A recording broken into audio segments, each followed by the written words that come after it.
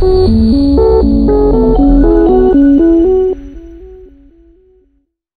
साथियों, स्वागत है आपका मेरे YouTube चैनल डीके ड्यूल पर। और आज मैं लेकर आया हूं आपके लिए एक महत्वपूर्ण वीडियो, जिसमें आज हम चर्चा करने वाले हैं छात्र यूनिफॉर्म डीबीटी प्रणाली के बारे में। हाँ साथियों, शाला दर्पण के ऊपर एक नया टैब शुरू कर दिया गया है, जिसमें छात्रों को जो यूनिफॉर्म का वितरण किया गया था, उस शाला दर्पण पर यूनिफॉर्म वितरण की ऑनलाइन फीडिंग कैसे करें, इस वीडियो के अंदर हम चर्चा करेंगे।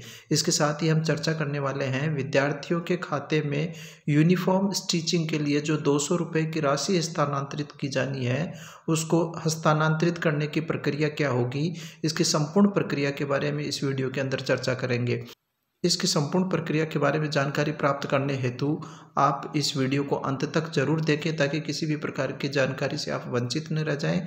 अगर आप हमारे YouTube चैनल पर नए हैं तो चैनल को लाइक करें, शेयर करें तथा सब्सक्राइब करें तथा बेल आइकन पर क्लिक कर दीजिए, ताकि इस प्रकार के नवीनतम अपडेट से संबंधित नोटिफिकेशन आपको मिलते रहे। सो फ्रेंड्स, शुरू करते हैं आज का ये महत्वपूर्ण सेशन। सबसे पहले आपको क्या करना है कि shaladharpan.nic.in इस वेबसाइट के ऊपर आप अपनी गूगल क्रोम के माध्यम से आपको लॉगिन कर लेना है। जैसे ही आप लॉगिन करेंगे, आपके सामने एक ऐसा इंटरफेस नजर आएगा। इस इंटरफेस के अंदर आप अपने विद्यालय की स्कूल लॉगिन आईडी, पासवर्ड तथा कैप्चा डालकर स्कूल लॉगिन आईडी के ऊपर आपको लॉगिन कर लेना है। लॉगिन करने के पश्चात आपके सामने स्कूल का जो डैशबोर्ड है वो खुल जाएगा, और इसके अंदर आपको क्या करना है, जो योजनाएं जो टैब है, प्लान्स जो योजनाओं का जो टैब है, इस टैब के ऊपर आकर आपको क्लिक करना है। योजनाओं के टैब के ऊपर जब आप क्लिक करेंगे तो आपके सामने एक ऐसा इंटरफेस खुलकर सामने आएगा, जिसके अंदर आपके सामने एक टैब नजर आएगी, छात्र डीबीटी प्रणाली। छात्र डीबीटी प्रणाली, इस टैब के ऊपर आकर आपको क्लिक करना है। इस टैब पर क्लिक करने के पश्चात आपके सामने एक ऐसा इंटरफेस नजर आएगा, और इस इंटरफेस के अंदर छात्र डीबीटी प्रणाली फिर से एक ऑप्शन आपके सामने खुल जाएगा। जो ही आप छात्र डीबीटी प्रणाली पे क्लिक करेंगे तो छात्र डीबीटी प्रणाली का एक टैब और आपके सामने खुलकर आएगा। इस टैब के ऊपर आकर आपको क्या कर लेना है, क्लिक कर लेना है। छात्र डीबीटी प्रणाली पर आप क्लिक करते हैं तो आपके सामने एक ऐसा इंटरफेस नजर आएगा, जिसके अंदर छात्र डीबीटी प्रणाली स्टूडेंट यूनिफॉर्म डीबीटी सिस्टम पर जाएं। ये आपके सामने एक ऐसा इंटरफेस, ऐसा टैब नजर आएगा, स्टूडेंट यूनिफॉर्म डीबीटी सिस्टम पर जाए। इस पर आकर आपको क्लिक कर देना है। जो ही आप स्टूडेंट यूनिफॉर्म डीबीटी सिस्टम पर जाएंगे तो आपके सामने एक नए प्लेटफॉर्म और नए टैब के ऊपर आपको लाकर ये ऑप्शन छोड़ देगा, और इसके अंदर आपके विद्यालय का नाम यहाँ पर आपको लिखा हुआ नजर आएगा।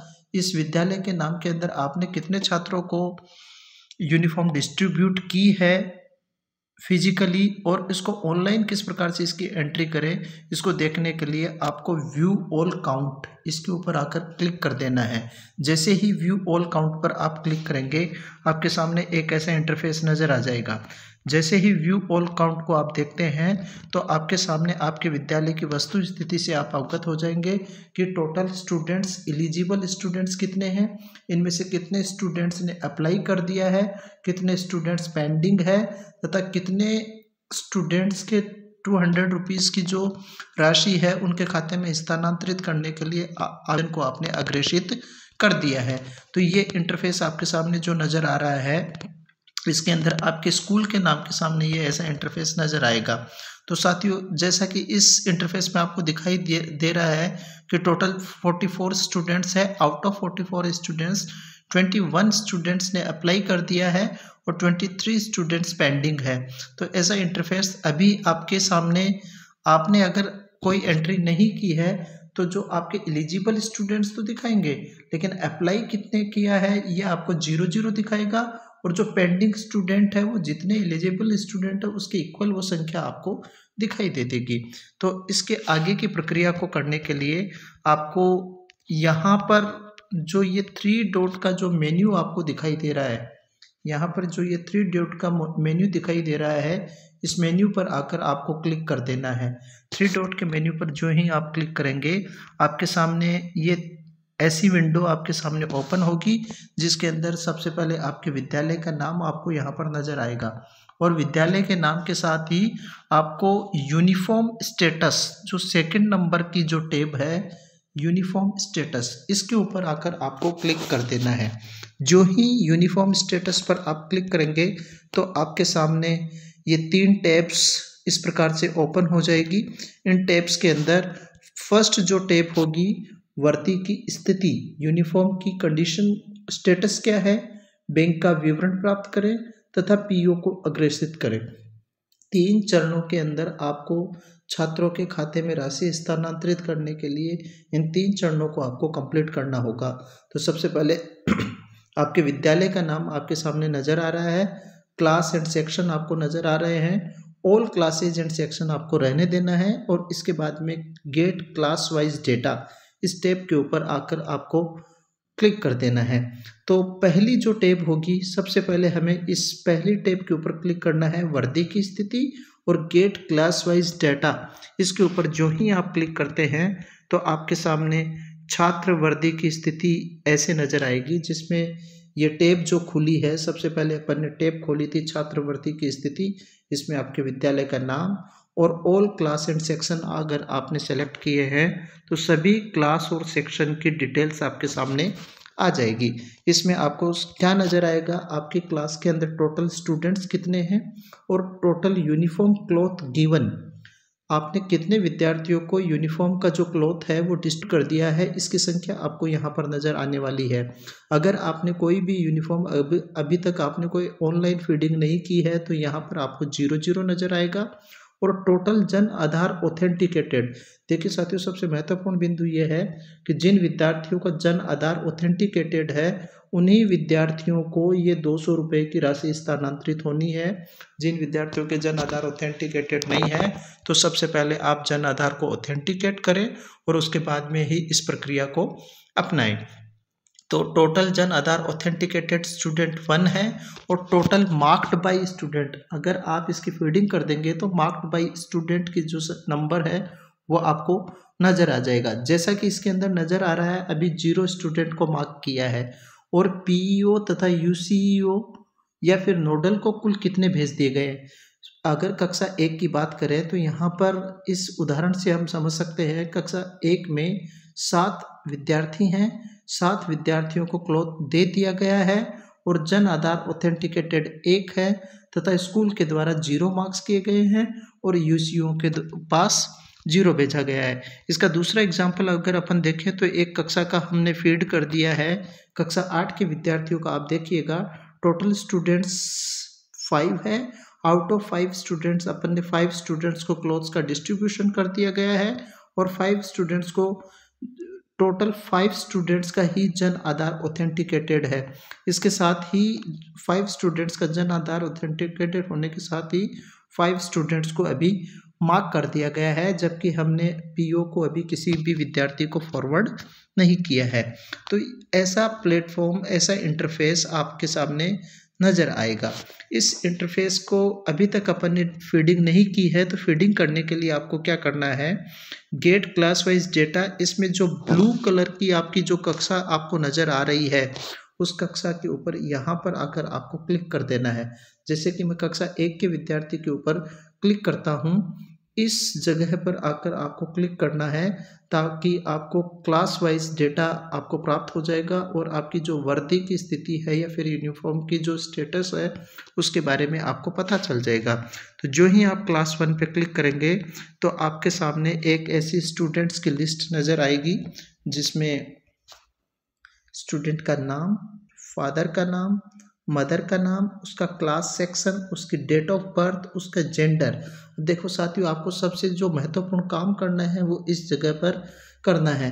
अगर आपने अभी तक यूनिफॉर्म का कपड़ा डिस्ट्रीब्यूट करने की ऑनलाइन एंट्री नहीं की है तो वर्दी का कपड़ा देने के लिए चयन करें। हालांकि हमने यहाँ पर वर्दी के यूनिफॉर्म का जो क्लॉथ है गिवन करके उसकी एंट्री कर दी है, लेकिन अगर आपने अभी तक एंट्री नहीं की है तो आप क्या करें, यहाँ पे जो ये चेक मार्क दिखाई दे रखा है इस पर क्लिक कर दीजिए। क्लिक करने के बाद में प्रत्येक बच्चे के सामने यहाँ पर टिक का निशान आ जाएगा, प्रत्येक बच्चे के सामने टिक का निशान आ जाएगा और उसके बाद में आपको अपडेट क्लॉथ स्टेटस ये कर देना है। जो ही अपडेट क्लॉथ स्टेटस करेंगे तो जिन विद्यार्थियों को आपने यूनिफॉर्म डिस्ट्रीब्यूट कर दी है उसका स्टेटस यहाँ पर अपडेट हो जाएगा। और अगर सभी विद्यार्थियों को एक साथ करनी है तो आप यहाँ पर क्लिक करें, और इंडिविजुअल विद्यार्थियों को करनी है तो एक एक करके प्रत्येक विद्यार्थी को जिनको डिस्ट्रीब्यूट कर दी गई है उनके ऊपर आप क्लिक कर दें, और उसके बाद में अपडेट क्लॉथ स्टेटस आप यहाँ पर कर दें। अपडेट क्लॉथ स्टेटस करने के बाद में आपको सेकंड नंबर का जो टैब है बैंक विवरण प्राप्त करें, इस टैब के ऊपर आपको आकर क्लिक करना है। बैंक विवरण प्राप्त करें इस टैब पर जो ही आप क्लिक करेंगे तो आपको फिर से वही क्लास वाइज आपको डेटा प्राप्त होगा, जिसमें टोटल स्टूडेंट्स के नंबर हैं, कितने स्टूडेंट्स को यूनिफॉर्म वितरित कर दी गई है, जन आधार ऑथेंटिकेटेड कितने हैं, और स्कूल ने कितने मार्क किए हैं, और पीओ तथा यूसीओ को कितना फॉरवर्ड किया है, ये आपके सामने आ जाएगा। और ये क्लास वाइज डेटा जब आपको प्राप्त हो जाए तो आपको क्या करना है, जिस भी कक्षा के बच्चे के बैंक का विवरण आपको प्राप्त करना है उस कक्षा के ऊपर आकर आपको क्लिक कर देना है। जो ही उस कक्षा के ऊपर आकर आप क्लिक करेंगे तो आपके सामने एक ऐसा इंटरफेस नज़र आएगा जहां पर जिस कक्षा के विद्यार्थियों को आपने किया है, जैसे मैंने कक्षा 8 के विद्यार्थियों को यहाँ पर क्लिक किया है, कक्षा 8 के विद्यार्थियों को जैसे मैंने यहाँ पर कक्षा 8 के विद्यार्थियों को क्लिक किया है तो कक्षा 8 के विद्यार्थियों की डिटेल्स मेरे सामने यहाँ पर आ चुकी है। तो इस स्थिति में आपके पास विद्यार्थी का नाम, उसके पिता का नाम, मदर का नाम, उसका क्लास और सेक्शन, उसकी डेट ऑफ बर्थ, उसका जेंडर तथा उसका बैंक अकाउंट नंबर तथा उसके बैंक आईएफएससी कोड तथा आईएफएससी कोड की स्थिति, और जन आधार प्रमाणीकरण है या नहीं है उसको दर्ज करना है। तो ये एंट्रीज आपके सामने नज़र आ रही है। सबसे महत्वपूर्ण आपको चेक करना है कि उसका बैंक अकाउंट नंबर सही है या नहीं है, बैंक के आईएफएससी कोड सही है या नहीं है, और उनके आईएफएससी कोड अभी अप्रूव्ड है या नहीं है। ये ऑटोमेटिकली जन आधार ऑथेंटिकेट अगर आपने किया है तो उनके अकाउंट नंबर को ये ऑटोमेटिकली फेच कर लेगा। और ऑटोमेटिकली फेच करने के लिए आपको बैंक विवरण प्राप्त करने के लिए चयन करें। फिर से सभी विद्यार्थियों का अगर एक साथ करना है तो इस चेक मार्क पे आकर आप क्लिक कर दें, और इंडिविजुअल विद्यार्थी का अगर आपको करना है तो एक एक करके प्रत्येक चेक मार्क के ऊपर आप क्लिक करते चले जाएं। जो ही इनको चेक मार्क करने के पश्चात आपको फेच बैंक विवरण इस बिंदु पर, इस टैब के ऊपर आकर आपको क्लिक कर देना है, और जो ही बैंक विवरण प्राप्त होगा इन विद्यार्थियों के बैंक खाता संख्या, आईएफएससी कोड डिटेल्स इन विद्यार्थियों की आपके सामने आ जाएगी। इस डिटेल्स को फीड करने के बाद में जो तीसरा कार्य आपको करना है, अगर सारे विद्यार्थियों की डिटेल्स आपने फीड कर दी है तो तीसरा कार्य है चरण पीओ को अग्रेसित करें। आपने वर्दी का स्टेटस अपडेट कर दिया है कि ये डिस्ट्रीब्यूट कर दी गई है जिन जिन विद्यार्थियों को, उनकी बैंक डिटेल्स और जन आधार ऑथेंटिकेटेड स्टूडेंट्स की बैंक डिटेल्स का विवरण दे दिया है तथा पीओ को अग्रेसित करें। इस बिंदु के ऊपर आकर आपको क्लिक कर देना है। जो ही आप क्लिक करेंगे, जिन जिन विद्यार्थियों के आपने एंट्री कर दी है, जैसे कि हमने कुछ विद्यार्थियों की कर दी है, कक्षा 5 में ये विद्यार्थी हैं, इसके 2 विद्यार्थियों का ऑथेंटिकेट हुआ, 2 विद्यार्थियों को हमने मार्क कर दिया लेकिन पीओ को अभी तक फॉरवर्ड नहीं किया है। फॉरवर्ड करने के लिए पीओ को यहाँ से फॉरवर्ड कर दे। और जिन विद्यार्थियों के आपने अभी तक मार्क नहीं किए हैं वो आपके सामने यहाँ पर ब्लैंक ऑप्शन आपके सामने आएगा। तो इन 3 कक्षाओं के अभी तक हमें मार्क करने हैं तो वो मार्क हम बाद में कर देंगे। ये वीडियो आपके ट्रेनिंग के पर्पज़ से बनाया गया था। तो साथियों देखिए, जो ही आप पीओ को फॉरवर्ड करेंगे आपके यूनिफॉर्म की जो डीबीटी की जो 200 रुपीज़ की राशि है डायरेक्ट बेनिफिट ट्रांसफ़र के द्वारा विद्यार्थी के खाते के अंदर पीओ के द्वारा बिल बनाकर हस्तांतरित कर दी जाएगी। साथियों, मैं समझता हूं कि आपको ये मेरा वीडियो पसंद आया होगा।